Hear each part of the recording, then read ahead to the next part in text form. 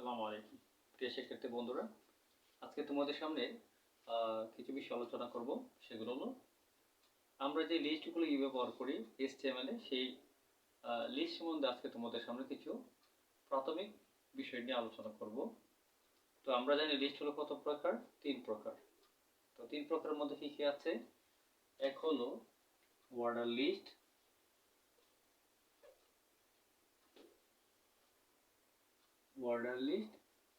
দুই হলো কি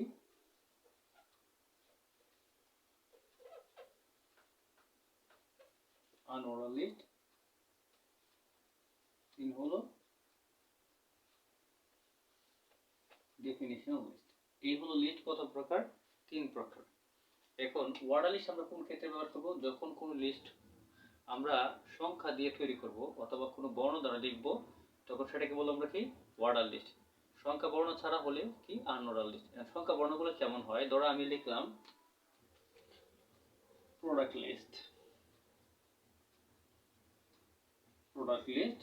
এটাকে আমরা লিখলাম ধরো 1, লিখলাম ফ্যান, 2 লিখলাম বুক, 3 দিলাম কি?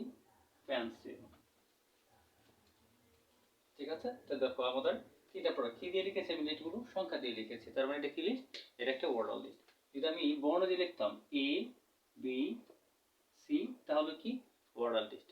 সংখ্যা ভিত্তিক অর্থাৎ বর্ণ ভিত্তিক যে সংখ্যাগুলো আছে, আমরা যে রোমান সংখ্যাগুলো লিখি, এগুলো কি দিয়ে লিখি? মূলত আমরা কিন্তু লিখি বর্ণ দিয়ে, কিন্তু বর্ণ দিয়ে লিখলে মূলত বোঝায় কি? সংখ্যা। তাহলে আমরা এগুলো কি বলি? বর্ণ ভিত্তিক সংখ্যা বলি। তো বর্ণ ভিত্তিক সংখ্যা কোনগুলো আছে? যেমন রোমান সংখ্যা লিখি 1 2, এই যে 3 লিখলাম।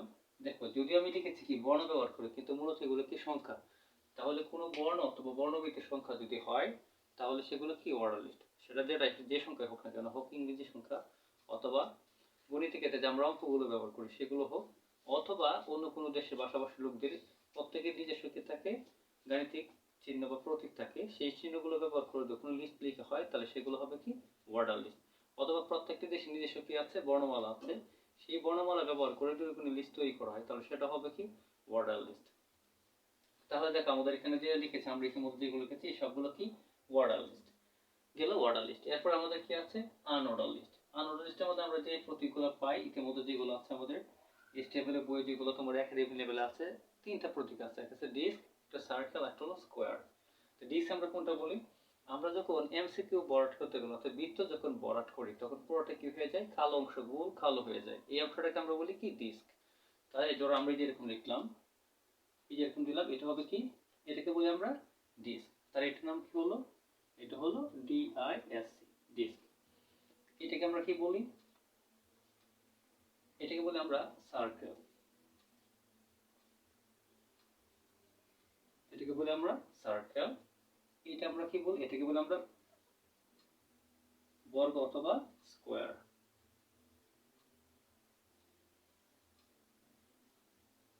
এগুলো আমরা কি বলি? বর্গ অথবা স্কোয়ার। তো আনলিস্টের মধ্যে এই 3টা প্রতীক বা এই 3টা আইটেমই সবচেয়ে বেশি থাকে। ঠিক আছে, তো এই প্রতীক বা চিহ্ন দিয়ে যদি কোনো লিস্ট তৈরি করা হয়, তাহলে সেটা হবে কি? Unorder list. এরপরে কি আছে আমাদের? Definition list. ডেফিনেশন মানে তোমরা বুঝতে পারছো। এখন যদি প্রত্যেককে জিজ্ঞাসা করা হয় যে তুমি তোমার ডেফিনেশন দাও, তাহলে ডেফিনেশন মানে কি? ডেফিনেশন মানে হলো কোনো একটা জিনিসকে কি করা? সম্বন্ধে বর্ণনা করা অথবা পরিচিত করা। কোনো একটা জিনিসকে বর্ণনা করার জন্য অথবা প্রকাশ করার জন্য আমরা যত বাক্য লিখবো, সব বলবো তার জন্য কি? ডেফিনেশন। এখন আমি যদি আমার একটা ডেফিনেশন দিতে চাই, তাহলে আমরা নিজে অথবা একজন স্টুডেন্ট তার ডেফিনেশন দিতে চাই, তাহলে তার ডেফিনেশন হবে কি? যে আই এম স্টুডেন্ট, অর্থাৎ তাকে পরিচিত করার জন্য অথবা প্রকাশ করার জন্য। আমরা যদি লিখতে যেরকম লিখলাম কি? রাইস। রাইসকে থাকে টার্ম বা একটা বিষয়। আমরা যদি এখানে লিখি কি লিখি? ধর লিখলাম মেড ফ্রম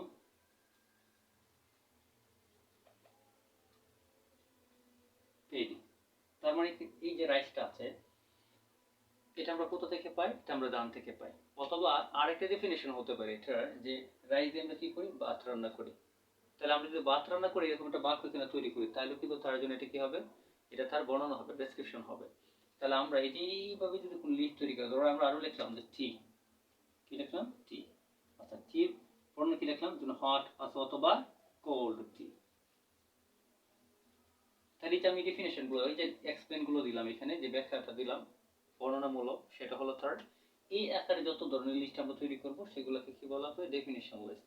তাহলে আমরা এটাকে কি বলবো? এটাকে বলবো ডেফিনেশন টার্ম, এটাকে বলবো ডেফিনেশন ডেসক্রিপশন। তাহলে এটা ডেফিনেশন টার্ম, এটা হলো ডেফিনেশন ডেসক্রিপশন। আর এই আকারে লেখার যে সিস্টেমটা বা পদ্ধতিটা, এটাকে বলে ডেফিনেশন ল্যাঙ্গুয়েজ অথবা ডেফিনেশন লিস্ট। তাহলে এই হলো আমাদের লিস্ট হল কয় প্রকার? 3 প্রকার। তো আমরা শুধু আজকে কি করলাম? লিস্টের প্রাথমিক আলোচনা করলাম। পরবর্তী ক্লাসগুলোতে আমরা এক একটা লিস্ট তৈরি করে দেখাবো যে HTML কোডিং এর মাধ্যমে কিভাবে লিস্টগুলোকে প্রকাশ করতে হয়।